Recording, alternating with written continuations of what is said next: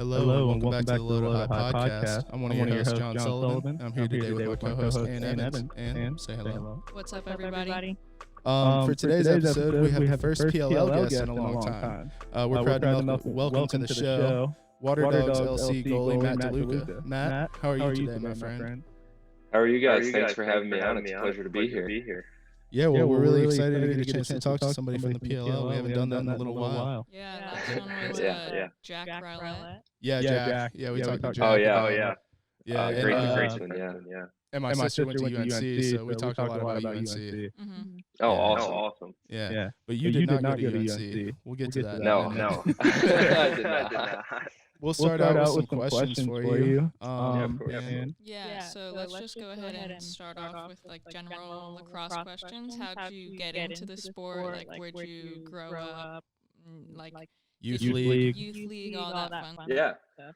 Yeah, for sure. So I'm from Farmingdale, New York, which is a small town on Long Island in Nassau County. So pretty hotbeds part of the nation's lacrosse world. I got into lacrosse very early on. My older brother, when he was young, brought the sport home to my parents, wanted to give it a try. And then just kind of growing up as a younger brother, just wanted to do everything he did. So picked up a stick really early on. Played youth lacrosse for Farmingdale, just the county team. We played towns all across Long Island, which was super good for my youth development because the competition on Long Island is crazy good at lacrosse. So from an early age, I was playing some of the best kids who would grow up to be Division I lacrosse players and just phenomenal lacrosse players overall. So I picked up a stick pretty early on. I started playing goalie even earlier than most would expect. I played midfield for a year, hated to run, picked up a goalie stick because I didn't have to run, and the rest is history. I've been playing goalie since second grade, I think. So I'm going on a really long time of being in net. But from there, I went to public school.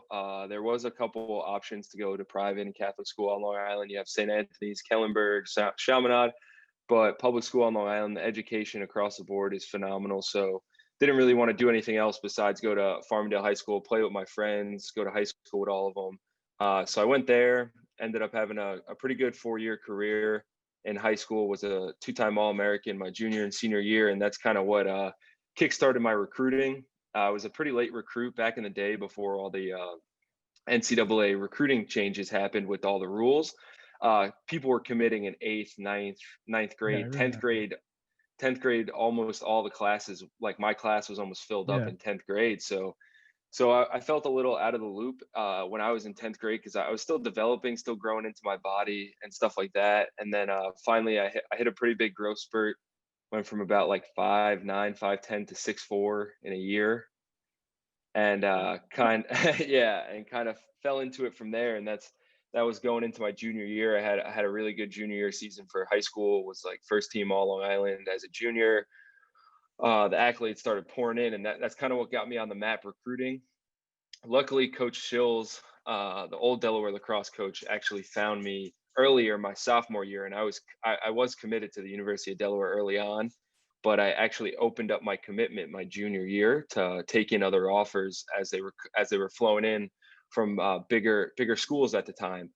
But at the end of the day, going on my junior year, I realized that I wanted to go play for the guy who believed in me early on, and not just someone who saw me at my peak when I was in high school, someone who saw the potential early on. So ultimately, I decided to go commit to Delaware, and it was probably the best decision of my life.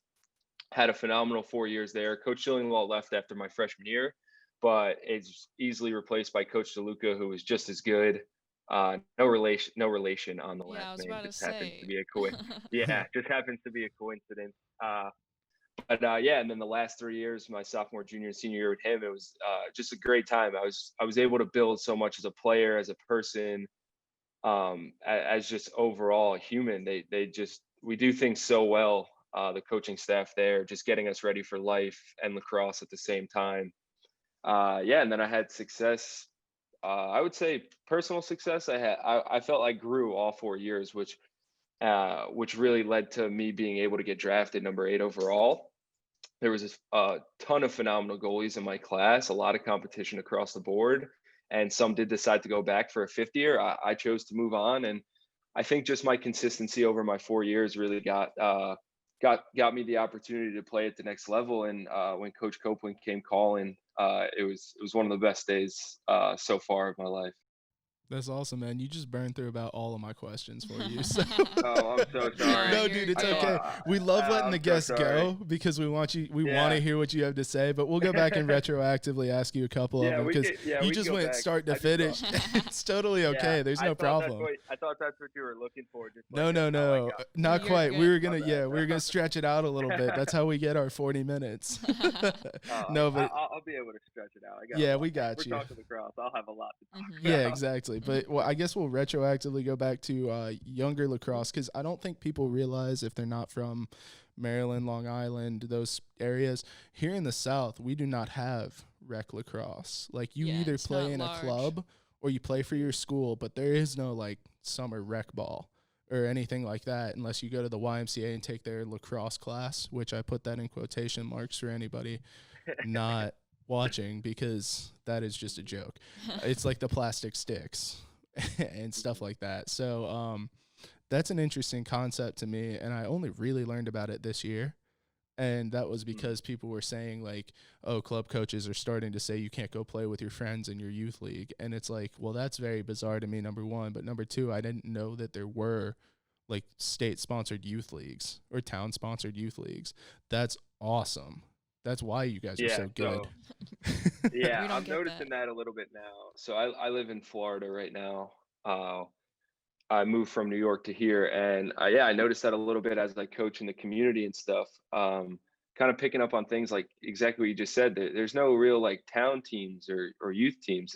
You have club teams that you pay for. You play summer and fall and stuff like that, and then you have your high school teams. So it's definitely a little different.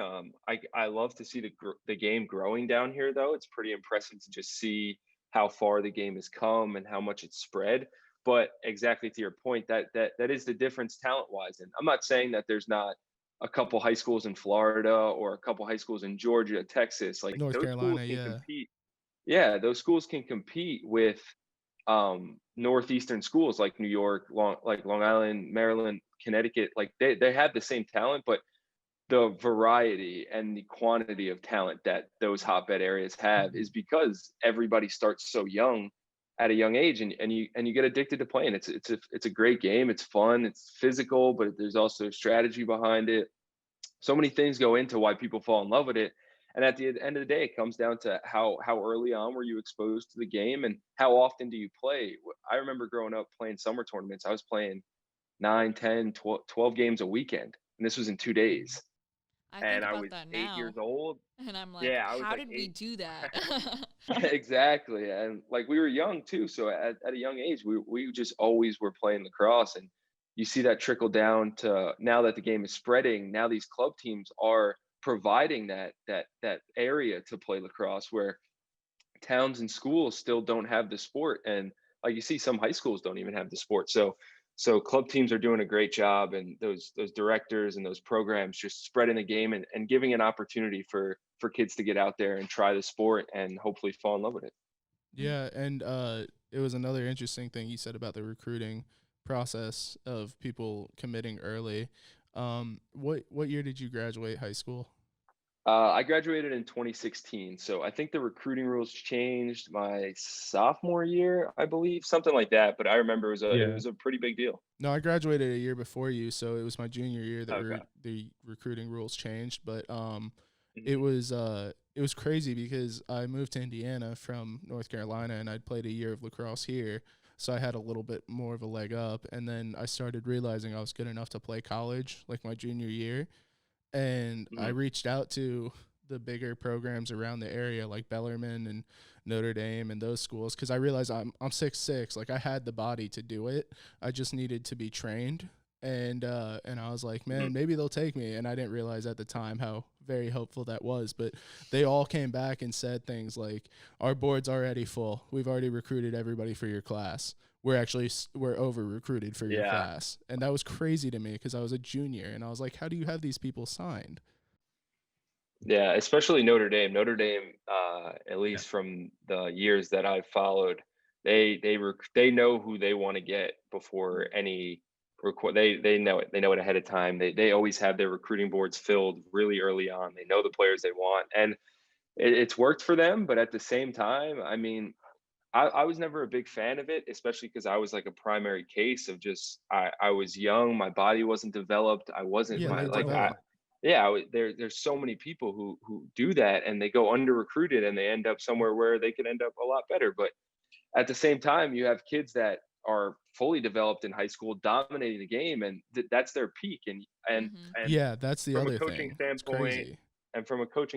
like I think I would rather have a kid with potential grow into himself than grab a kid out of high school with his full.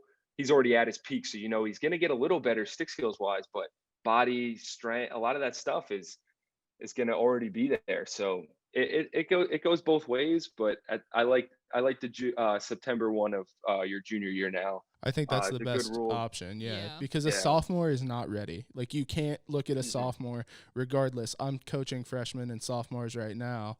I'm doing private lessons with them, and they still like can't balance on one foot because they're just not like they're not developed enough yet. So you can't look at someone like that and say, yeah, you're gonna be an all-star. I'm taking you. Yeah, and you can see the it's potential, really tough. but like Exactly, you can't you just can't guess on them right now.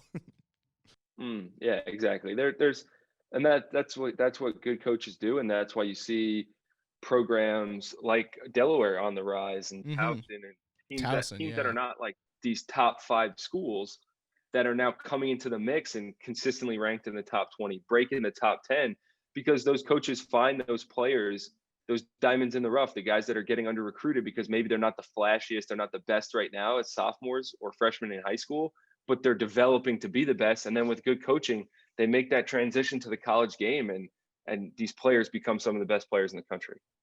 Mm-hmm. So now that we're talking a little bit about Delaware, why don't you give us a little bit of insight, like into what your experience was like there, and kind of what your favorite memories are from like you and the guys just being lax rats. Guys being dudes. My experience was great. I mean, the coaching change was a little bit weird at first, but I mean, kind of hit the ground running with Coach Deluca, fresh start, a little bit more, definitely more disciplined, a little bit more of structure, and started to really develop us as men instead of just college athletes, kind of just partying, playing lacrosse, and not really trying to develop us as we grow. But yeah, it was a phenomenal experience throughout the 4 years I had there. I made some of the best friends I'll have for the rest of my life. And then just some of the best memories are the locker room times. It's just being out on the field, and that's kind of what hits the most now, especially getting our senior year cut short. Just being able to take the field for practice, not even games. I mean, games are obviously they were the most fun, most electric. There was nothing better than game day, but just the small things, like just taking a practice field, getting out there like 15, 20 minutes early, and just messing around and just throwing the ball around, having other guys try and hop in net quick before practice. I shoot on them, just little things like that. And then after practice, just cooling down in the locker room, hanging out, just getting ready to go back home, eat dinner, but just kind of like that downtime where we're like just putting our pads away and stuff like that. Just all those small talk kind of situations is what you miss the most, and what creates the best memories, because some of the best jokes were told, and just some of the hardest times I laughed were just in little moments like that.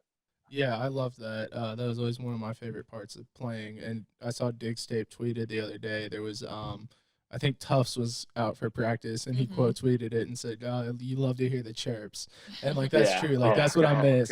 I miss people just turning to me and being like, "Sully, you can't shoot. You're awful." Just even though those are the best parts. Yeah, those were always the most fun. We had a Canadian defender on our team, Owen Grant, who still is there. One of the best defenders I've played with to this day. Very talented kid.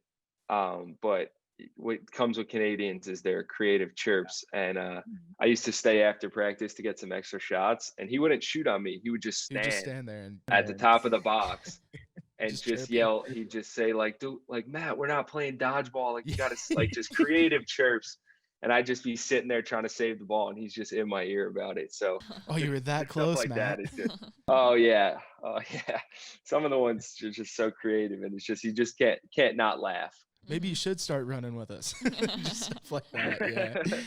No, Um, yeah, no, not for me. yeah, man. All right. So, what was one of your favorite memories from Delaware? Like, if you had to We already pinpoint. asked that. Well, no, he Yeah. had some memories. Like, if he had to pinpoint his Yeah, exact I could favorite. pinpoint one. Yeah. See, you can do it. My Um, man can do it.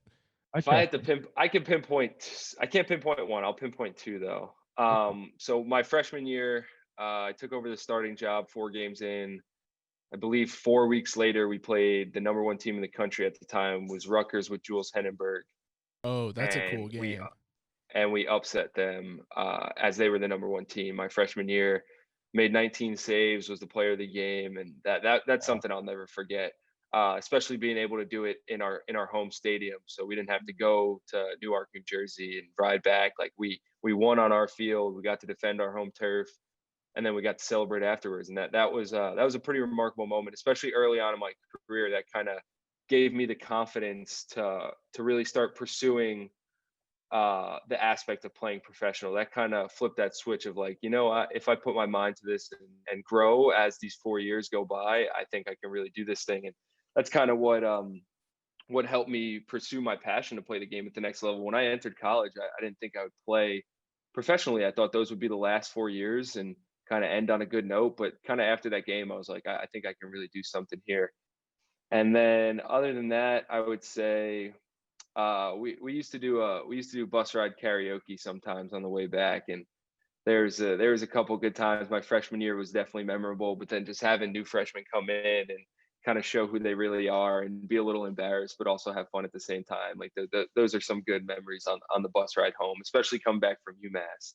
It's like a 6 hour bus ride from Delaware Yeah. to all the way up to Amherst, and it's just not fun. But we tried to make the best of it, and those are some of the best memories. That's cool. Yeah, those are the kinds of things that really build team chemistry. Definitely. Yeah, but Also, oh, sorry, yeah. I was about to say bus rides always the best.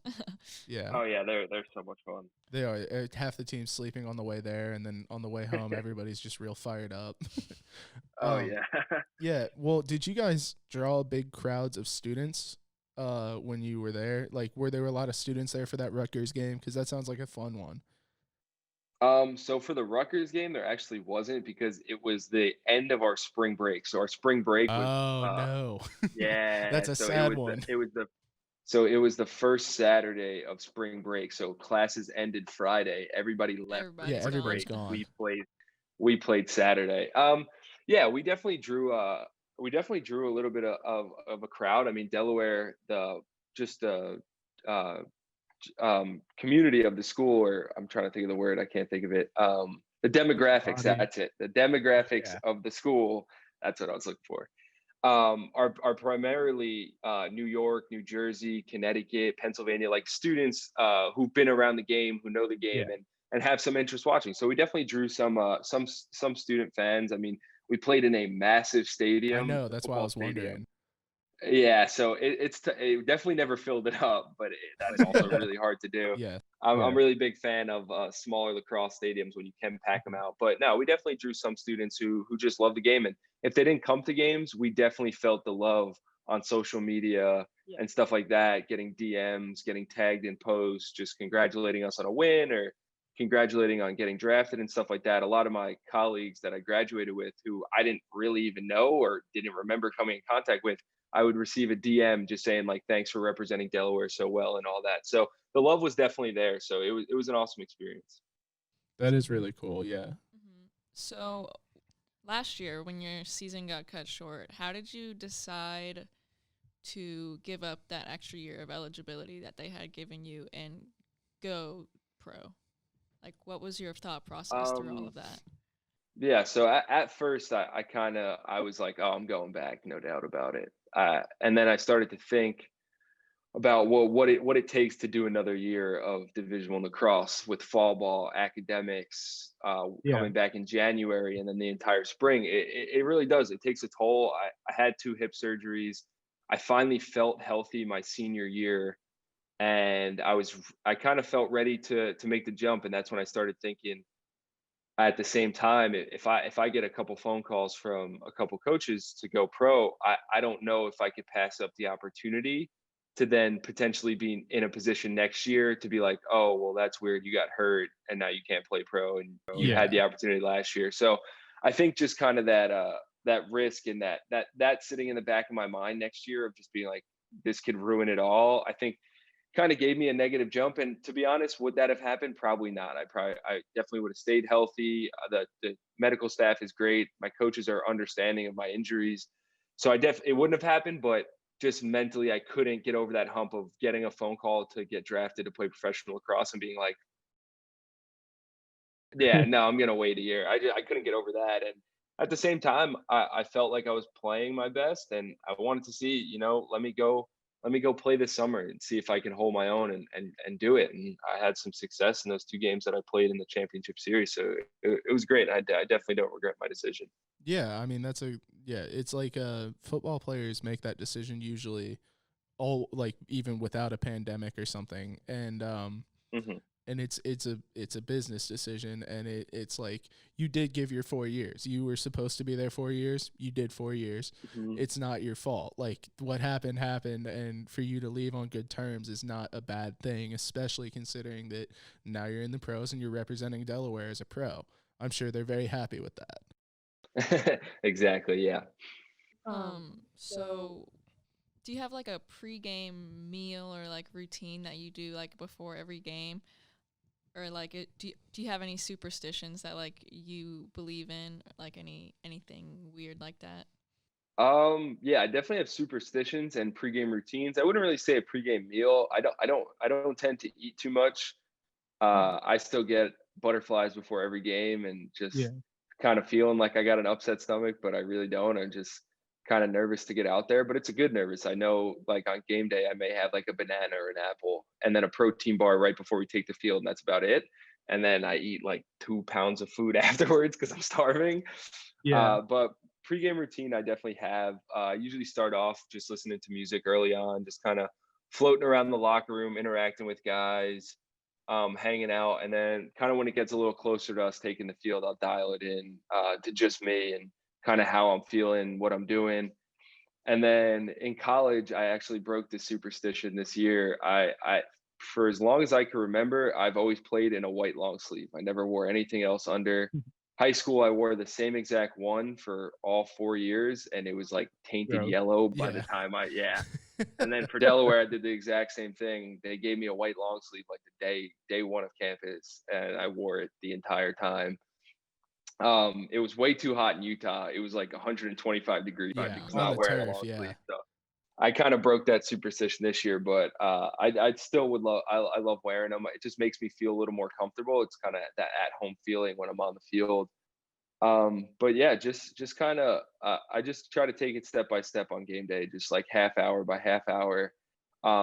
Just going a little more detailed and a little more dialed in as we get closer and closer to game time. But nothing. I try to eliminate any stress. I don't really listen to that up tempo of music, like not the deepest house or the most aggressive rap. I kind of try to keep my heart rate down, my breathing steady, because at the end of the day, that's what you need to do to be a good goalie. You can't be in net jumping around with your blood pressure through the roof, your heart rate through the roof. You got to sit there, be patient, wait for the ball to come to you, steady hands, all that. So I like to listen to some of the Red Hot Chili Peppers more calm songs, just kind of that alternative rock that's like just enough BPM, but not crazy. Uh-huh. Like want me to jump through a freaking wall right away. At our school, we get goal songs like every time we score a goal. Mhm. And my goal song last year was Can't Stop by Red Hot Chili Peppers. That's a solid one. Uh-huh. Yeah, It's we like the had goal perfect songs. It's the yeah, that's up there as one of the best goal songs. I think we had a kid do My Way by Frank Sinatra one time. That's awesome. So yeah, so he would score and then on the speakers for like 10 seconds it would just be like, and I did it my way as he scored. So it was Yeah. pretty great. I'm not gonna lie. It was pretty awesome. That's good. That's a good one.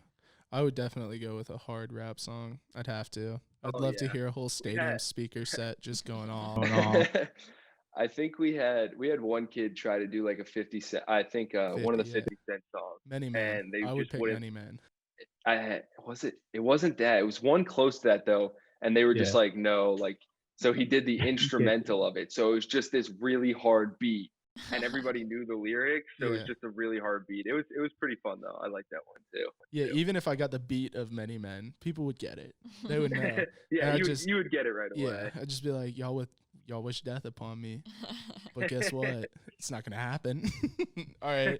We'll move on now we'll move on to the PLL stuff. We like hearing draft stories on this podcast because especially in the lacrosse world, they're very, very unique.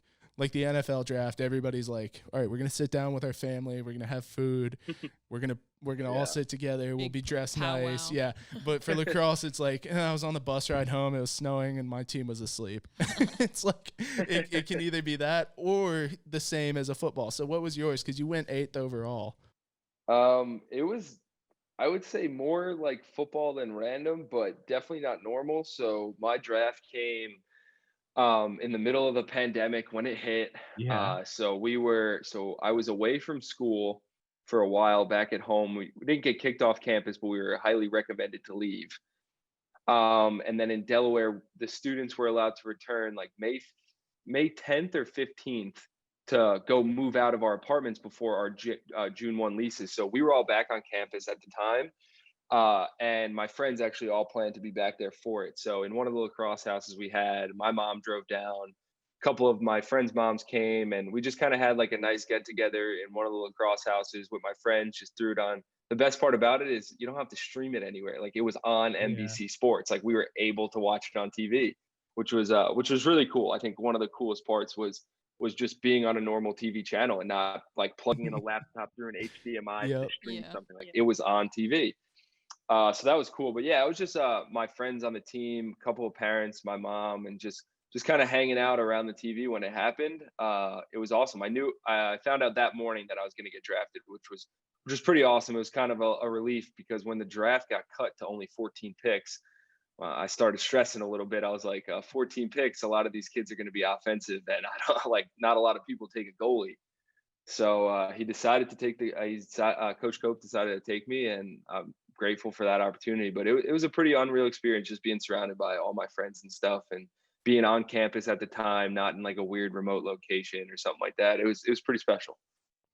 Absolutely, and it's got to be interesting to experience that during a pandemic because it is such a weird environment. But yeah, that was like the weirdest part is like we were all afraid to take videos of the actual like party situation because there was like 10 of us, 15 of us, but it was like guys I've been around, my family and stuff like that. But like we were hesitant to post anything like that because we didn't want to be like, oh, you guys aren't like social distancing, you guys are all in a house. Like, yeah, but at the same time, news at 5, Delaware men's lacrosse spreads COVID. It's not what you want. You're avoiding that's that. Just not what you want. Yeah.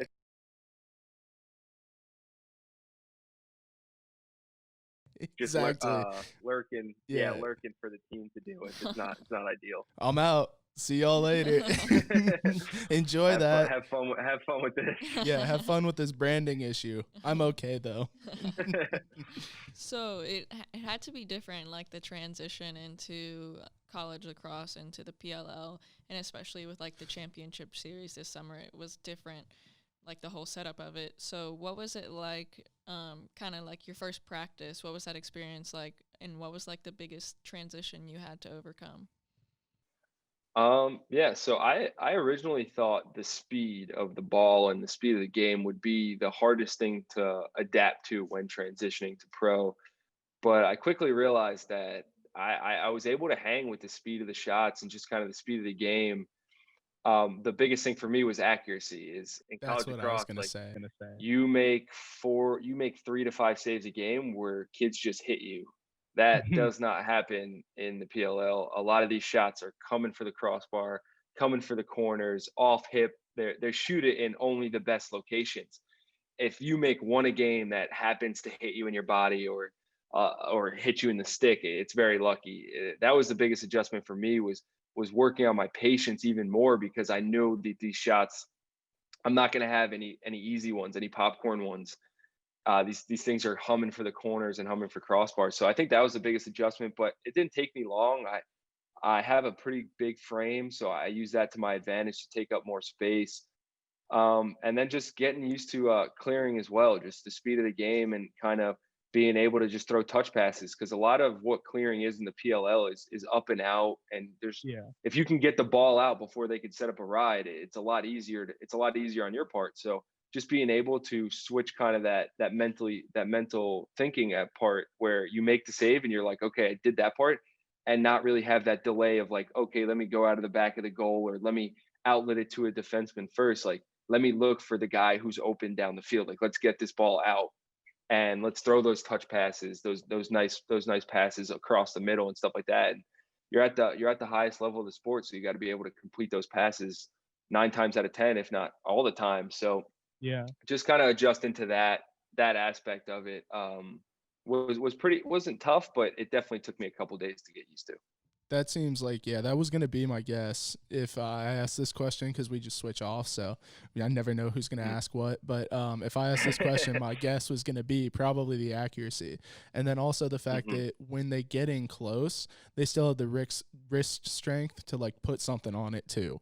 So even though in college, like you were facing probably some sophomores who hadn't had a chance to develop that upper arm strength and that arm strength and be able to snap it as hard as they can, like right to a corner, even when they've tricked you, like, so you were able to get your hands back on it probably sometimes. But here it just seems like they have the wrist strength. They have like, even if they just snap their hands, like it's still going about 75. Oh yeah, definitely. Yeah. The in tight game was a little bit different too, as well. In college, you can kind of not bait kids like I did in high school, but kind of have a little bit better interpretation of where they're going to shoot the ball in college, because you can get them to panic almost. Yeah, and pick an area that you want them to go to. Yeah, and in the PLL, that just doesn't happen. A lot of these guys are just so poised and control around the goal that it's second nature to them to throw that big fake and not just rush the ball out of their stick. They throw that big fake, they take that breath, and then they find the open space from there. And that's the biggest difference is a lot of these guys in the pros, they realize that time that you have, where college is you tend to get rushed, but in the pros they understand the timing that they have. Yeah, that's very apparent from watching the game. You see a lot more of those shots on the goal where they're on their tiptoes and they've thrown a big fake and then they lean forward into the goal like right after. Those are kind of rare in college, and those are the ones that you see. Like I specifically remember the Pinnell that went to Virginia. I don't remember his first name, but he had a lot of those where like he was just real poised on the crease, and that seems to be far more apparent in the pros. And their cuts. I mean, that's also, I'm sure that's hard to watch too, because they know that the second their person looks away, they're cutting. And in college, it takes a little bit more time to recognize that. But in the pros, they all know. Everyone's at an elite level. Like it's the best of the full best. throttle all the time. Yeah, and especially like stuff like that you guys are bringing up is like these guys make it look easy. Like it's not easy to have this poise and stuff like that. And that's kind of like a part of the transition is starting to understand, like, okay, and that's what's hard about being a goalie, is understanding that, letting them, like, making them earn the goal. Like, if this guy just rips it like 7 yards out, hits the crossbar, goes in, like not taking that to heart and being like, oh man, I had that one or that. Like, these guys are going to earn some goals. Like, they're going to deserve to put the ball in the back of the net. And I'm doing my best job to keep it out, but definitely not beating myself up. Where in college, I was definitely a little harder on myself, where I was like, dude, there's no way this kid should be scoring on me. That's something I would say. I would take that. I would take that to heart. But in the pros, I mean, there were some goals that just go in that you just like, I can't do anything. I don't know what I could. There's nothing I could really do about that. We had some older MLL. That's kind of most impressive. We had some older MLL guys and some guys who were current in the league that played in a men's league group with me. And I was a defender, and I was still in college, so they actually make you play defense when you go to men's league, and you're still in college, and they won't let you play attack. But they would, like, I would think they still had the ball, and they would be like, "Hey, I passed it, just so you know." I'd be like, "Win!" They'd be like, "I just kind of flipped it behind my back, between my legs," something like that. And I'd just be like, man, how do how do I do this? And I wouldn't beat myself up with things like that because I'd just be like, hey, can you tell me how you did that so that I can learn from it? And you can't do that on the field. You can't be like, hey, man, come here. I got a question for you. How'd you do that to me? I want to save it next time. Yeah, that's definitely the hard part is these guys have just become so creative that you really have to follow, especially like following the ball around and calling out where it is. It's just got to be on your game. These guys can throw a little slip pass, a little behind the back, around the world, between the legs. And next thing you know, it's across the field in a split second. And you're like, how did that just happen? But yeah, you have to change your feet. Yeah, exactly. Exactly. I don't know how the cameramen on like ESPN and NBC do it. And, Yeah, they only got fooled like twice that I saw. And I understand these that. guys are on. These guys are on their A game. It's very impressive to keep up with the speed of that ball when it's whipping around the field like that. The whole product was well done. We'll keep talking questions, but yeah, the whole product of the tournament was well done. Yeah, it was an awesome experience to go to. So being on a new team, the Waterdogs, but in a league that's only like a year old, it kind of definitely has to be like a unique experience. So tell us like the mindset that you had going into this championship series and how you and like you and your new teammates like kind of had to bond together because you had never worked together before.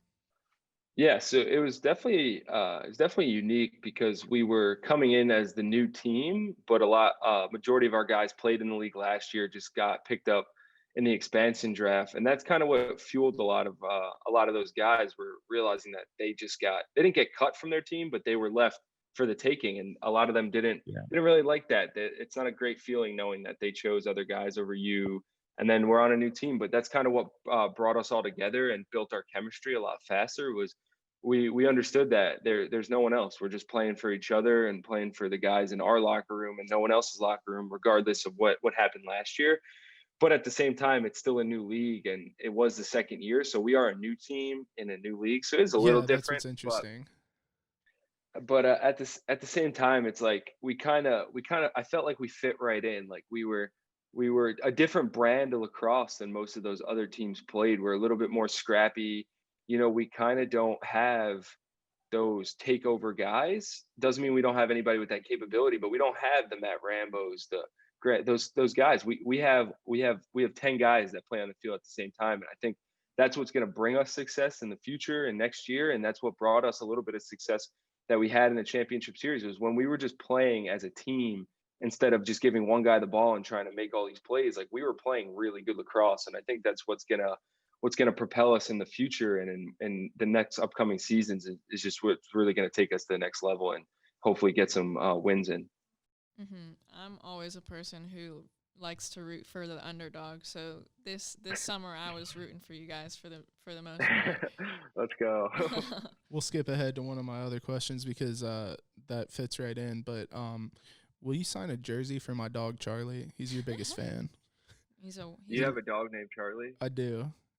Yeah. My dog's name is Charlie. Oh my gosh. Oh, really? Then I guess he needs a jersey. Yeah, he needs a jersey. Or at the very least, a jersey. A jersey works. Yeah, because he'll probably try to eat it. But no, he's a very good boy. And he's your biggest fan. I got the dog collar for my Charlie. Yeah. I wish they made a jersey that small, but I don't think they do. My boy's he's a big boy. He'd fit in a small shirt. It would look a little weird on him, but he'd fit in a small. I have a little French bulldog. So oh no, he would not. No, not fitting in that big. You'd have to go get it tailored, which would be a hilarious thing to say. I got my dog's dog's jersey tailored.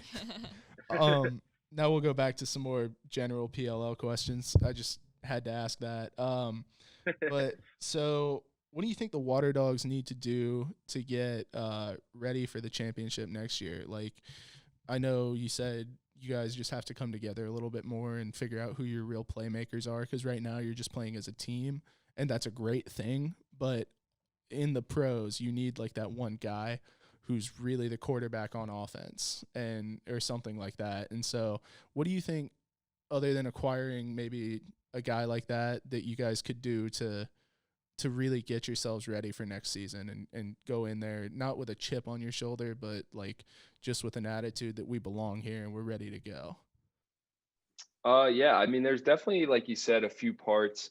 We do need that quarterback on offense, whether we draft a guy like Michael Sowers or someone top of the notch in this upcoming class. But we definitely have the talent already on the team. It's just taking that next step to being that QB. But I think it's going to come with a little bit more time playing together. We all felt that when we beat the Chaos, we got our first win, and then we ended up losing to the Redwoods in the playoffs. It was kind of like we built up this friendship, we built up this relationship to a point of like now we're like full go. Now we trust each other and all this, and then it gets ripped away because it was only 2 weeks long. So I think a big part of it will be time. I think the more we play together, like next year in training camp, when we get a full week and not just like 3 days, and we get to develop that and we start playing a regular season like how it's supposed to be played, and we can develop week to week, I think you'll see us grow a lot. But at the same time, I think we need to be better at playing 4 quarters. We were not very good at playing a consistent 4 quarters. We either did really well early on, and then in the second or third, we would get like shut out offensively, and we'd lose like 4-0 in a quarter. Or in the fourth quarter, we'd be battling, and then all of a sudden, we kind of just let up in the end. So I think just taking that next step to being a complete team and playing a full 4 quarters is what's going to make us jump to that championship caliber team, which I think we could do with ease. I don't think, like, the talent's definitely there. It's just some small things that are going to take us there. And especially with the smaller league, you guys have all the opportunity. There's a lot of parity in the PLL and in professional lacrosse in general. There's a lot more parity than there is in other sports, which is nice to see because you guys can play with anyone on that field, and anyone on that field can play with you guys. Like, you all are at a similar skill level. And yeah, I figured it would be time was probably going to be your answer because, like you said, you only had 3 days, and building that chemistry takes more than 3 days of training camp. And then it'll get to the point where, because what happened, I'm sure, was you guys would go off and then they would make adjustments. They would kind of shut you down for a little while, and it would take you guys a little longer to make your adjustments because there was probably less skilled communication going on because you didn't know each other as well yet, and you weren't like sure if you could go up to a defenseman and be like, "Hey, buddy, on the hands." I said hands, or something like that. Hmm. Yeah, I just it's gonna come, like you said, like it's gonna come with time. But I think the most enjoyable part of the games that we did play were knowing that we were in every game. It's not like, not to say college lacrosse is predictable, but if you put a Syracuse up against kind of those lower tier Division I schools, it's gonna be an almost guaranteed win. And not to say players should ever play Yeah. like that, and not to say upsets never happen, but it's a little more predictable when teams are going to win or not in college. When you hit the pros, it doesn't matter if they're 0-8 or 8-0. It goes back, like anybody can win it, and you see that with the Chaos. They went 0-4 in pool play and then made it to the championship. Like it just doesn't matter. It's all about who's dialed in that day, who's playing their best lacrosse on the day that the game is played, and that's the team that's going to come out victorious. And it can happen any week to any team. There's plenty of great players that can make a difference on any given day in the league, and that's what I think adds that X factor to the league. Is you really never know who's going to win. Mm. And that's what I love about pro lacrosse, because it just like always keeps you on the edge of your seat. Like, because like you said, it's not predictable. Like, anything could happen. There's so much talent on these teams that anyone could just have a good day and absolutely wreck anyone else. Yeah, and that's what I was saying about parity. I mean, they're all lethal shooters. They're all great dodgers. All the defensemen are good at takeaway checks and position defense. It just really comes down to who's feeling better that day, and who woke up feeling dangerous, to quote Baker Mayfield. So I think we're gonna go ahead and move on to our segments. Our first segment is called the Poke and Lift, and it is where you highlight your favorite defensive player of all time. Oof. My favorite. I mean, I only played with him this summer, but I mean, I've looked up to him. I have to go with Brody Merrill as my favorite defensive player. I mean, it was kind of just awesome to see someone you watch play lacrosse throughout your whole childhood, and then all of a sudden, in the blink of an eye, you're taking the field with him. And I mean, he's just such a great veteran to be around, especially as a rookie. just stories we would talk about, and he's just such a great guy. There's nothing he can't do, and there's nothing he won't do if he can for you. He's really helpful. He helped me learn the game a little bit faster. He gave when I started against the Chaos that time for my first start of my professional career. I mean, he had nothing but just encouraging words, and just kept my confidence going throughout the game, telling me nice plays, good stuff like that, to just know that, like, he's got my back and that he's on my side. And then at the end of the day, like, before playing with him or after playing with him, he's one of the best defensemen to ever do it. And to do it at his age and to do it consistently for this long is remarkable to see. And he's just overall a great guy. So I'd have to go with he's probably my favorite defenseman of all time. I love Brody Merrill. Like you said, watching him as we grew up was awesome. And I only got into lacrosse in 8th grade, but still, he was a very, very pivotal part of, I watched all his highlight tapes and stuff and learned how to be a better defenseman from that. Yeah, and he's huge for growing the game as well.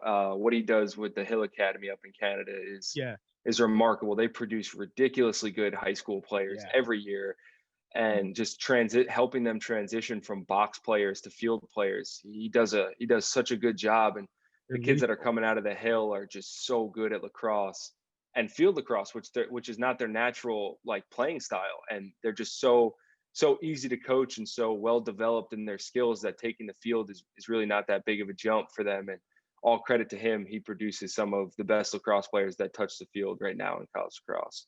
Oh yeah, and I love their uniforms too. Those all blacks are clean. And I for whatever reason, they look the best in the Warrior helmets. Like, their Warrior helmets are so clean. They pull off those helmets, even though they're very hard to pull off. They are. You have to have a very specific. Weren't you guys Warrior? Hofstra. No, Hofstra. Hofstra. Yeah. It's just a similar color scheme. Yeah, we're Adidas and STX. No, not STX. We had the S's. We were Adidas fully, but then Adidas just stopped making hard gear, like sticks and stuff. So I think we're now Adidas something. I don't know what they're going to now, but they're gonna collab with somebody to get some gear. So it'll be a lot nicer than what I had, which I'm pretty mad about, but I'll get over it. Hey, but you're putting them on the map. That's why you're getting them that gear. It's all thanks to Matt Deluca. I know. All right, man. I had all white. Oh, go ahead. No, I love gear. Go ahead. I was gonna say I had all white. Because the goalie gloves they didn't make, so I just had all white gloves my 4 years, and now the goalies are all getting custom Delaware blue and gold gloves. Boo. Yeah, I'm pretty upset about it. Make them send you a pair with your number on. I know. I want a pair. No, seriously, just call them and be like, "Can you get an extra pair with my number?" I wanted them so bad, but I had the all whites. Remember? Make them feel bad. Be like, "Remember, I didn't get any." Oh, poor Matt. All right, next one is the box score, where you talk about your favorite offensive player of all time. Just to kind of keep it in the Delaware fashion, I'll go with John Grant Jr. Fellow Delaware alum, phenomenal lacrosse player, just does remarkable things at his age, and just an absolute wizard in the game. That's a good way to describe him. Defense. He could feed the ball anywhere on the money at any time, and it's crazy to watch because we were watching some of the MLO games as well while we were playing, and to see him move on the field, you're kind of like, oh, like he's not the same. But then when he sits back at X and he reads through a defense and feeds the ball, you think he's just like there's no drop off. It's like, dude, this guy could be 80 years old and he'd still be able to do this at this level. Like, it's just crazy how he could pick apart defense and his skill set. And then, like we were talking about earlier, the ability to finish inside for him is automatic. It's so hard to stop those balls, and it's just so easy for him to just fake once, drop a shoulder, and put it wherever he wants. Nick Morocco had a great game against him. I saw a couple of those highlights. He did really well against them. Yeah, and that's not easy. Yeah, he's definitely that's one of the hardest things to do. So credit to him. But we just probably keeping it with the Delaware guys. I mean, him and Curtis Dixon playing against Curtis this summer. Just two guys who were just incredible offensive guys at lacrosse. And at Delaware, that's cool, man. Yeah, that's a great lineage to have access to. Yeah, definitely. We're starting something special here. Hopefully, more guys to come. I'm sure they will after this episode. We're big time. Yeah, sure. People listen to us. A few. Our next segment is the penalty box. Oh. There we go. What's your worst take or the thing you get the most crap for saying or doing? Doesn't have to be lacrosse related, just like in general. What was that? Sorry. Like your worst take. The thing that everybody's like, oh, shut up, Matt. We don't want to hear this one again. Oh, wow. That's actually a good one. I would say probably being a LeBron fan. Yeah. I am one of the bigger LeBron fans. I have 4 jerseys. Oh, God. Do you have them all from his different places? Yeah, I have the Cleveland 23. I have the Miami 6 in all black, but Miami one is sick. That is a cool jersey. It's the Latino night. Oh, yeah. So it says El Heat on it. It's the 6 in the black. And then I have a purple and gold Lakers jersey as well. All purple, and then the gold as well. So you're going to be watching the game tonight. I catch a lot of heat for being a LeBron fan. I don't know why. No pun intended. He's the best athlete of all. Yeah, he's just the best athlete of all time. Best guy of all time. Yeah. Let me know if Michael Jordan has a school for inner city kids, developing them and giving them scholarships to school. I'm just saying, not going to debate it. Hey, he does charity work. He owns the Bobcats. That is true. They're a North Carolina team. We can say what we want. Yeah, we claim MJ down. Yeah, no, but I think that's a pretty bad take. No, I get that a lot. No, LeBron. I get all my friends at school. Yeah, I'll never say he's not a super athlete because he is. He's the best. He's the most athletic human I've ever seen do a sport. I just hate how all of the announcers and everyone in the media just like. Yeah, it's LeBron central, and it's just it's very annoying. He definitely gets some favors. Yeah, I understand that. Yeah, I would say so. Yes, he does. But I mean, I'm a bigger fan of him off the court and just the ability to what he does. Not only charity-wise and all that, like, yeah, that's great, and athletes should do that, give back to their communities where they came from and stuff like that. I'm just more of a fan of his lifestyle and how he stays in that kind of shape at his age with 3 kids. Yeah, they have 3 kids, like, and he's like, yeah, it helps to have all the money he does and stuff like that. But still, to be that determined to keep your body in its peak physical shape and dominating kids that are 15 years younger than him. I think he's 35 right now, and Tyler Hero's 20, 22, 20, something like that. So guys that are 10, 15 years younger than him, he's still able to run on a court with them and dominate a game that they're all playing, which is remarkable to me to see someone that is aging in real life, but when you look at him, does not look like he's aging at all. And that's crazy to me. And part of it is why that's why he's always been a businessman. That's one of the things that I really do admire about him. Even in high school, he was like, no, basketball is the one for me. It's not going to injure me. Mm-hmm. I'm going to make a ton more money than I would in the NFL. Like he knew it, and he picked basketball strategically because he could have played football and he could have done a lot. He could have done any sport he wanted because he's LeBron James. But but yeah, he was very strategic about it, and that's what's really cool about him to me. I think he's a very smart businessman. He's really good at his personal branding, and he's a good guy. I just I get oversaturated with him. I'm like, shut up, ESPN. I know he's good at basketball. Yeah. So. Hey, Charlie, quiet down. Sorry. No, it's okay. I think we're gonna move on to just some general questions about you right before we wrap up. So what are some hobbies you have outside of the sport of lacrosse? I would say I really have. I'd say 2. I do like to golf and do other sports like that, but outside of that, I picked up fishing pretty heavy in quarantine, especially staying at my girlfriend's house in Charleston. I was able to bass fish a lot, and I kind of took that up as a pretty big hobby. I love to do it. I would try and go out almost every day, and I kind of I still really like to do it, and hopefully get to do it soon again. So I'd say fishing's one, and then I like camping a lot, and I really wasn't into it back in the day, but just starting to go now as I get a little older and stuff like that, and just getting away, going on hikes, and just kind of getting out of cities. Like I lived in New York, Long Island my whole life. I live in Miami now. It's just nice to get out of a city and to just be in nature with some quiet and just like relaxing views and some hiking trails and stuff like that. I'm starting to pick up a way bigger interest in stuff like that. Just because it's actually calming. It's relaxing to go out and get away from chaotic cities and populated areas and just kind of be by yourself and stuff like that. So I'd say hiking, fishing, just stuff that gets me outdoors and just trying to appreciate that stuff a little bit more is definitely taken a bigger interest in mine now as I get a little older. You mean there's no camping on Long Island? No. There's no good place to go over there and throw a campsite together. No. Yeah, there's no KOAs in Manhattan for us to park a trailer in. There's like 2 inches between each house on Long Island. Yeah, it's crazy. And that's why it wasn't really a hobby back for me when I was a kid, because that's not something people did.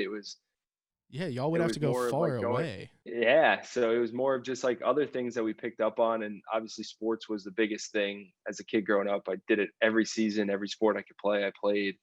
But just now kind of having that a little bit more free time, not being in college anymore, it's like nice to plan just kind of weekend trips to go hike or go camp somewhere. It's super cool.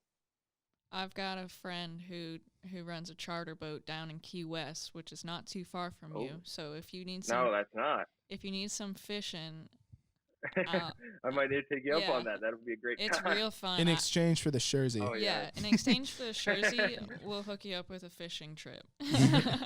Sounds good. And my parents are at our place in Longboat Key, which is Sarasota. Yeah, so you can go say hi to my parents if you want. I'll tell them that you're coming. You can get my crab pots and go lay them in the water. Oh, okay, that's a little more tempting now. Yeah. Yep. So I think we're gonna wrap it up and just. Well, I have my question. Okay, I get to ask my question, yeah. Aaron. He always asks this question. What's your dream car? Dream car. And are you a car guy also? I would say I'm not like a big sports car guy. Because they all rust away. I mean, yeah, up in New York.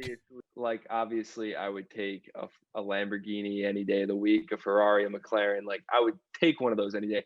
But being like 6'6", like being so tall, I cannot stand getting into a small car. Like, it frustrates me. Like, trying to get in and out, like ducking your head, and it's not me.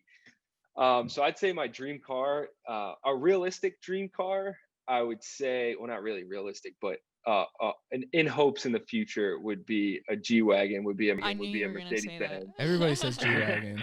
I was like, a big box truck, something that I can get into. It's still got that like big car truck feel, but it's also really luxury. But a ridiculously dream car for me would be the new Lamborghini trucks. The Urus. The Lamborghini. Yeah, the Lamborghini SUVs are pretty awesome. I'm starting to see way more here in Miami. You see a lot of ridiculous cars when I drive to work every day on South Beach.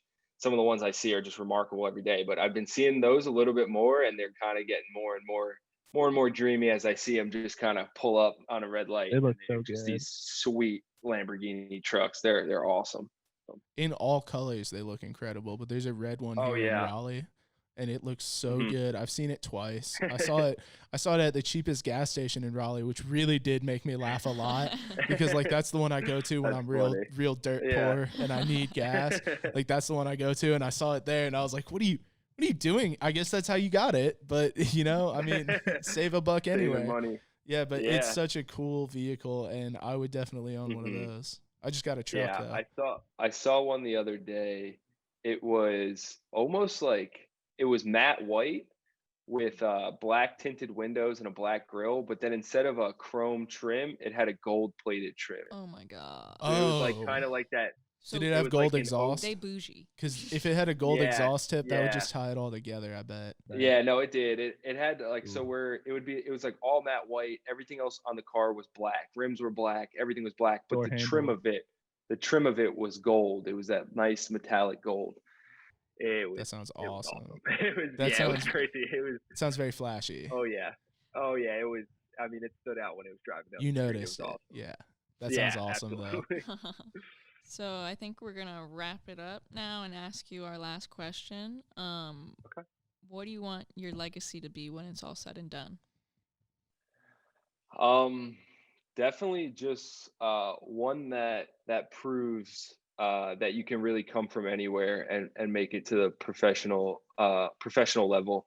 I think for me, the biggest chip on my shoulder growing up in Farmingdale, just a small kind of blue collar town, and then choosing the University of Delaware and not going to a Syracuse, a Duke, and just kind of paving the way for the kids that do go under recruited at an early age and maybe aren't at the best colleges, but have the talent and potential to play at the next level. Just kind of paving that way and leaving that legacy that it is possible to do things when you're not in the top tier of the competition. Like I didn't play Syracuse at all in my 4 years. I didn't play these top schools to get that exposure. I had to develop that on my own. And kind of leaving that legacy that it is possible. I didn't need to go to a top 5 school to go pro. I went where I went where I felt was right for me, where I was most comfortable and stuff like that. So kind of leaving that legacy that leaves kids a little bit more comfortable to just, if you visit a school and you like it, just because they're not inside the top 20 for lacrosse doesn't mean you can't go there and still make it to the next level. So just kind of paving the way for that and just being a really hard worker, being tall. I look really unathletic. I don't know if you guys notice it, but I notice it a lot, especially in my game when I watch film and stuff. I'm like, dude, I don't look as athletic as these guys. I'm 6'6", 215. I'm tall, I'm skinny. Just kind of proving that, like, if you just work hard at the game and really put your mind to it, you can have success. That's a good answer. Yeah, we always like asking that question. We like the takes question and we like that question. But yeah, that's always our favorite because everybody says something similar. Like, but yours is definitely cool because you do come from a program that's, I mean, I think I saw maybe like 2 Hofstra games on national TV. But you're putting them on the map and you're representing them very well. And we really appreciate having Thank you on you. here. Oh yeah, it was great to be on. Thanks for having me. Yeah, now a chance to close. If you guys Waterdogs work with any charities or anything you want to plug, and then also your own social medias. Yeah, for sure. Yeah, my social media, Instagram is at Matt Deluca 2. Twitter is Matt Deluca _, and then Brooklyn Lacrosse Club, phenomenal program that partners with the PLL and our Waterdogs. The Brooklyn Lacrosse Club is doing great things for those inner city kids, just exposing them to the game and hopefully drawing kids into wanting to play in the PLL, which I know they're doing for sure, and just giving those kids the opportunity to play a different sport and not force them to play football, basketball, baseball, given that opportunity to find something they love, using whatever athleticism they have to their advantages, and just growing the game like that. And what they do, a lot of it's volunteer. A lot of times they don't even have lacrosse nets to shoot on. So just giving those kids the opportunity and doing whatever it takes to expose them to the game. Though Brooklyn Lacrosse Club does a phenomenal job. That's a good one. Yeah. I don't know if anyone's mentioned them before. So I don't think they have. yeah. We always like to incorporate the charities, especially like. Oh yeah, they're very similar to the Harlem Lacrosse. Yeah, we've heard of Very them similar a to couple that. times. Yeah. So that's a more, I guess that's the bigger one out of the two, but the Brooklyn one is definitely growing. Doing a lot of great things. Pairing with the PLL this summer was great. We actually had their stickers on the back of our helmet with them. So just they're working hard and just trying to grow the game as best as possible and as fast as possible, and the biggest thing is giving those kids the opportunity to try a new sport. You never know. Maybe those kids are just forced to play football or forced to play basketball and baseball because it's what's accessible. You never know if they love lacrosse and if they could be really successful at it if they never try it. So just credit to those guys doing their thing in Brooklyn and helping just grow the game. A really cool example of somebody who, when they had access to lacrosse, they took advantage of it was Method Man. That was one. Oh yeah. Definitely. And he dropped that song for us, which was very tight. Yeah. Really, yeah. It's awesome, and that's the best part of what I feel the PLL has done so well since its existence is getting other people who have such huge platforms to promote our league, like Method Man and like some of these other celebrities, and social media influencers just like realizing that it's a real sport. A lot of people Barstool, aren't yeah. exposed to it. Yeah, Barstool, the part of my take, like recognizing it as a real sport and then understanding that like, oh my God, if I sit down and watch this, I So kind of much like fun. it. And Oh my exactly. God. And that's People what bother helps me so because much. they'll never sit down to watch it and they'll just rag I on it. know. And then Because when they they don't, do, they're and they like, don't know what it oh, is. you guys are allowed to whack each other like that? And it's like, yeah, bro, I've been trying to tell you. It's legit. Like, it's fun. Exactly. Yeah, just helping us get that exposure and growing the league is what's most important. And shout out to the PLL social media team. I'm sure if you guys follow them, you know they're really hardworking, super dedicated people who just push out content day in and day out and just grow our sport and grow our league so much to younger kids. It's awesome what they do, and just all credit to them for helping us grow our own social media. They give us plenty of photos, plenty of ideas, plenty of content to do, and they're always willing to help us if we have any other ideas. So they do a great job as well. I'm sure Nick Acello doesn't need any of that. He doesn't need any help. No. No, he crushes Twitter. His Yeah. Twitter, it's just, I don't even know how he comes up That's- with some things. I'm Twitter's A1. Yeah, he's very like call me Shitto. That's a guy I've been following since he left the Georgia lacrosse account. And he's a funny dude. Like he ran the Yeah, he's Georgia lacrosse hilarious. account and he got all those MCLA accounts. Do you remember like when we were in high school, those were the best Twitter accounts to follow. Oh yeah, They were hilarious. it would be like Texas and LSU were playing and they just have like back and forth quote tweets about how bad each other were and how like, hey, did your mom bring orange slices, and just really stupid stuff like that. I loved it. It was really enjoyable. Yeah, that stuff used to be so funny. Yeah, man, I miss early Twitter lacrosse, but right now it's getting to a really good point as well with Yeah, people like Black- Diggs Tape and Black's Scotty. Twitter's Yeah, I'm real Definitely. fun. and be on the lookout for us coming heavy with something Halloween some, related. Some funny let's content go. Yes, coming up. we bought a Let's go. drone and a smoke machine. Oh, That's all we're saying. okay. That's a recipe for success. Exactly. Indeed, That's what you guys and we do. have other good cameras too. So, We're set. all right, Ann, you want to plug your Everything's socials? Oh, go ahead, man. Oh yeah. Oh no, I was just gonna say everything's better with smoke machine. Exactly. Oh, of course, absolutely. But yeah, you can follow me on Instagram at evans.cr2 and on Twitter at @theNEvans. You can follow me on Instagram at johnsullivan20. All right, well, I think that'll do it for us today. We enjoyed having Matt Deluca on. It was a really good time. He's a great guest. Make sure you follow him and look for him on the field next year with the Waterdogs. Also, please follow us at Low to High Pod on Twitter and at Low to High Podcast on Instagram. You can also visit our website, www.lowtohighpod.com. We are officially now trademarked, and it's in the mail on its way here.